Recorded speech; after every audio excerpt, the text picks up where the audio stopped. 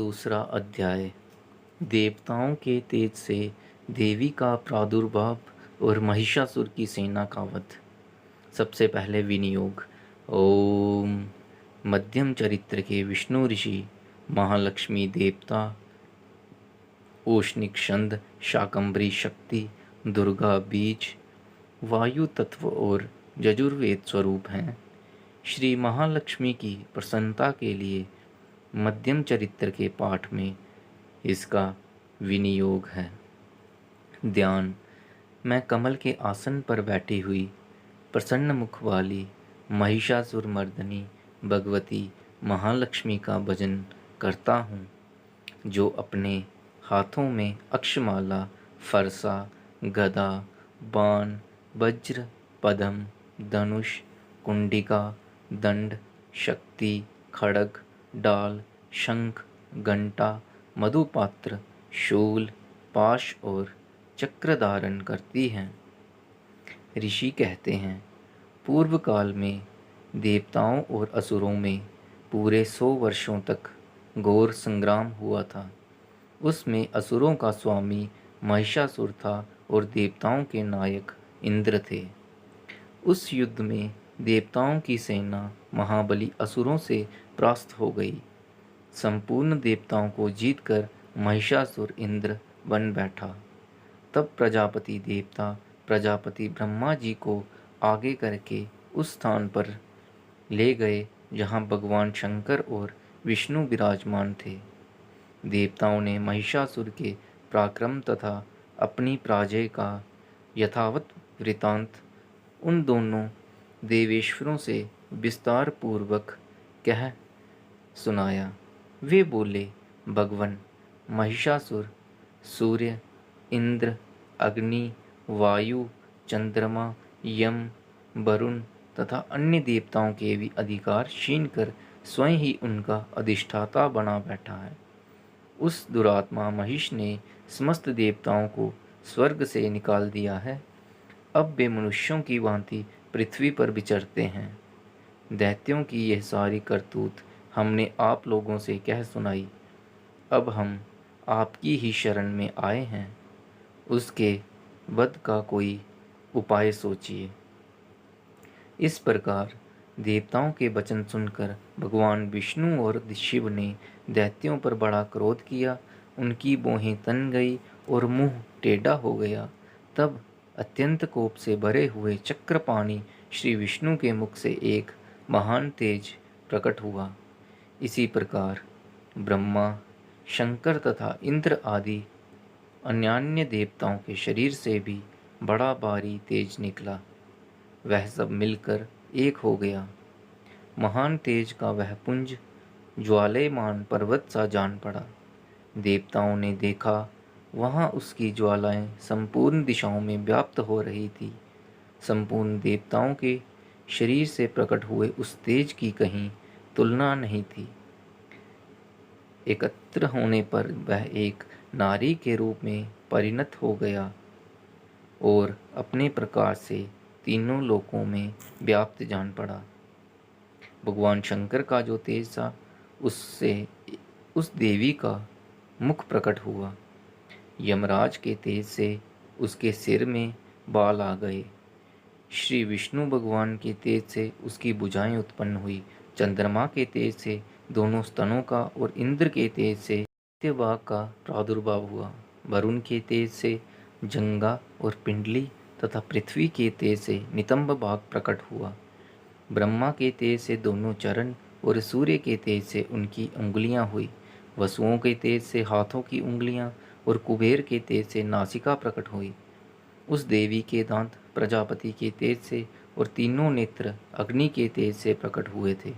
उसकी भौहें संध्या के और कान वायु के तेज से उत्पन्न हुए थे। इसी प्रकार अन्यान्य देवताओं के तेज से भी उस कल्याणमयी देवी का आविर्भाव हुआ। तदंतर समस्त देवताओं के तेज पुंज से प्रकट हुई देवी को देखकर महिषासुर के सताए हुए देवता बहुत प्रसन्न हुए। पिनाकधारी भगवान शंकर ने अपने शूल से एक शूल निकालकर उन्हें दिया। फिर भगवान विष्णु ने भी अपने चक्र से चक्र उत्पन्न करके भगवती को अर्पण किया। वरुण ने भी शंख भेंट किया, अग्नि ने उन्हें शक्ति दी और वायु ने धनुष तथा बाण से भरे हुए 2 तरकश प्रदान किए। सहस्त्र नेत्रों वाले देवराज इंद्र ने अपने वज्र से वज्र उत्पन्न करके दिया और ऐरावत हाथी से उतार कर 1 घंटा भी प्रदान किया। यमराज ने कालदंड से दंड, वरुण ने पाश, प्रजापति ने स्फटिकाक्ष की माला तथा ब्रह्मा जी ने कमंडलू भेंट किया। सूर्य ने देवी के समस्त रोमकूपों में अपनी किरणों का तेज भर दिया। काल ने उन्हें चमकती हुई ढाल और तलवार दी। क्षीर समुद्र ने उज्ज्वल हार तथा कभी जीर्ण न होने वाले 2 दिव्य वस्त्र भेंट किए। साथ ही उन्होंने दिव्य चूड़ामणि, 2 कुंडल, कड़े, उज्ज्वल अर्धचंद्र, सब बाहुओं के लिए केयूर, दोनों चरणों के लिए निर्मल नूपुर, गले की सुंदर हंसली और सब उंगलियों में पहनने के लिए रत्नों की बनी अंगूठियां भी दी। विश्वकर्मा ने उन्हें अत्यंत निर्मल फरसा भेंट किया। साथ ही अनेक प्रकार के अस्त्र और अवैध कवच दिए। इनके सिवा मस्तक और वक्षस्थल पर धारण करने के लिए कभी ना कुम्हालने वाले कमलों की मालाएं दी। जल्दी ने उन्हें समुंदर सुंदर कमल का फूल भेंट किया। हिमालय ने सवारी के लिए सिंह तथा भांति भांति के रत्न समर्पित किए।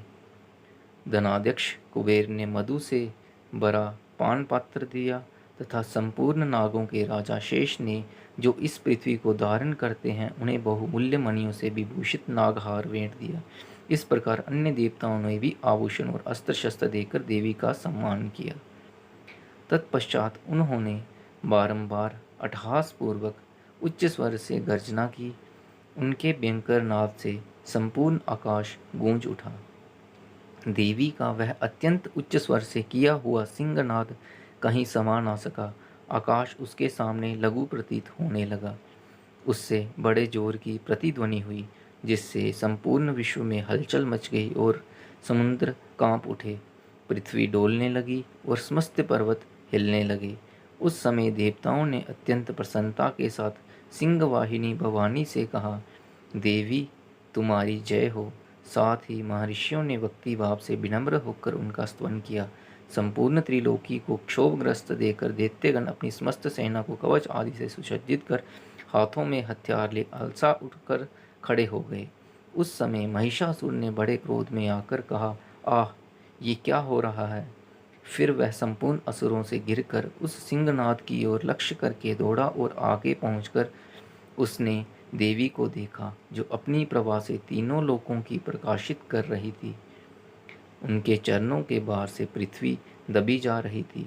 माथे के मुकुट से आकाश में रेखा सी खींच रही थी तथा वे अपने धनुष की टंकार से 7 पातालों को क्षुब्ध कर देती थी। देवी अपने हजारों भुजाओं से संपूर्ण दिशाओं को आच्छादित करके खड़ी थी। तदंतर उनके साथ दैत्यों का युद्ध छिड़ गया। नाना प्रकार के अस्त्र शस्त्र प्रहार से संपूर्ण दिशाएं उद्वासित होने लगी। चिक्षुर नामक महान असुर महिषासुर का सेनानायक था। वह देवी के साथ युद्ध करने लगा। अन्य दैत्यों की चतुरंगिनी सेना साथ लेकर चामर भी लड़ने लगा। 60,000 रथियों के साथ आकर उदग्र नामक महादैत्य ने लोहा लिया। 1 करोड़ रथियों के साथ लेकर महाहनु नामक दैत्य युद्ध करने लगा, जिसके रोएं तलवार के समान तीखे थे। वह असीलोमा नाम का महादैत्य 5 करोड़ रथी सैनिकों सहित युद्ध में आ डटा। 60 लाख रथियों से गिरा हुआ वाष्यकल नामक दैत्य भी उस युद्ध भूमि में लड़ने लगा। परिवारित नामक राक्षस हाथी सवार और घुड़सवारों के अनेक दलों तथा 1 करोड़ रथियों की सेना लेकर युद्ध करने लगा। बिडाल नामक दैत्य 5 अरब रथियों से गिरकर लोहा लेने लगा। इनके अतिरिक्त और भी हजारों महादैत्य रथ, हाथी और घोड़ों की सेना साथ लेकर वहां देवी के साथ युद्ध करने लगे। स्वयं महिषासुर उस रणभूमि में कोटि कोटि सहस्त्र रथ, हाथी और घोड़ों की सेना से गिरा हुआ खड़ा था।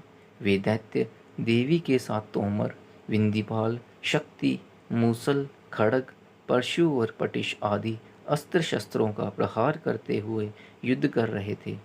कुछ दैत्यों ने उन पर शक्ति का प्रहार किया, कुछ लोगों ने पाश फेंके तथा कुछ दूसरे दैत्यों ने खड्ग का प्रहार करके देवी को मार डालने का उद्योग किया। देवी ने भी क्रोध में भरकर खेल खेल में ही अपने अस्त्र शस्त्रों की वर्षा करके दैत्यों के विस्मस्त अस्त्र शस्त्र काट डाले। उनके मुख पर परिश्रम या थकावट का रंच मात्र भी चिन्ह नहीं था। देवता और ऋषि उनकी स्तुति करते थे और वे भगवती परमेश्वरी दैत्यों के शरीर पर अस्त्र शस्त्रों की वर्षा करती रही। देवी का वाहन सिंह भी क्रोध में भरकर गर्दन के बालों को हिलाता हुआ असुरों की सेना में इस प्रकार विचरने लगा मानो वनों में दावानल फैल रहा हो। रणभूमि में दैत्यों के साथ युद्ध करती हुई अंबिका देवी ने जितने निश्वास छोड़े वे सभी तत्काल सैकड़ों हजारों गणों के रूप में प्रकट हो गए और परशु, बिंदीपाल, खड्ग तथा पटिश आदि अस्त्रों द्वारा असुरों का सामना करने लगे। देवी की शक्ति से बड़े हुए वे गण असुरों का नाश करते हुए नगाड़ा और शंख आदि बाजे बजाने लगे। उस संग्राम महोत्सव में कितने ही गण मृदंग बजा रहे थे। तदंतर देवी ने त्रिशूल से, गदा से, शक्ति की वर्षा से और खड्ग आदि से सैकड़ों महादैत्यों का संहार कर डाला। कितनों को घंटे के भयंकर नाद से मूर्छित करके मार गिराया। बहुतेरे दैत्यों को पास से बांधकर धरती पर घसीटा। उनकी तीखी तलवार की मार से दो दो टुकड़े हो गए। कितने ही गदा की चोट से घायल हो धरती पर सो गए। कितने ही मूसल की मार से अत्यंत आहत होकर रक्त बमन करने लगे। कुछ दैत्य शूल से छाती फट जाने के कारण पृथ्वी पर ढेर हो गए। उस रणांगन में बाण समूहों की वृष्टि से कितने ही असुरों की कमर टूट गई। बाज की तरह झपटने वाले देव बेड़क दैत्यगण अपने प्राणों से हाथ धोने लगे। किन्हीं की बाहें छिन्न भिन्न हो गई, कितनों की गर्दनें कट गई। कितने ही दैत्यों के मस्तक कट कट कर गिरने लगे। कुछ लोगों के शरीर मध्य भाग में ही विदीर्ण हो गए। कितने ही महादैत्य जांघें कट जाने से पृथ्वी पर गिर पड़े। कितनों को ही देवी ने एक बाह, एक पैर और एक नेत्र वाले करके दो टुकड़ों में चीर डाला। कितने ही दैत्य मस्तक कट जाने पर भी गिरकर फिर उठ जाते और केवल दड़के ही रूप में अच्छे अच्छे हथियार हाथों में ले देवी के साथ युद्ध करने लगते। दूसरे कबंध युद्ध के बाजों की लय पर नाचते थे। कितने ही बिना सिर के दड़ हाथों में खड्ग, शक्ति और रिष्टि लिए दंडित थे तथा दूसरे दूसरे महादैत्य ठहरो ठहरो ये कहते हुए देवी को युद्ध के लिए ललकारते थे।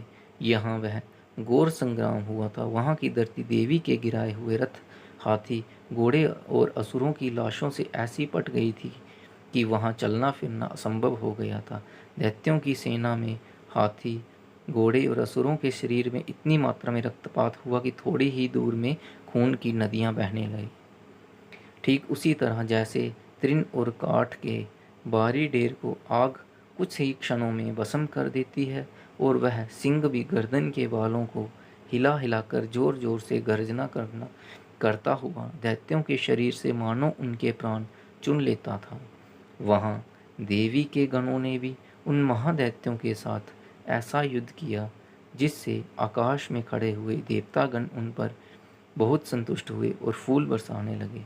इस प्रकार श्री मार्कंडेय पुराण में सावर्णिक मनवंतर की कथा के अंतर्गत देवी महात्म्य में महिषासुर की सेना का वध नामक दूसरा अध्याय पूरा हुआ।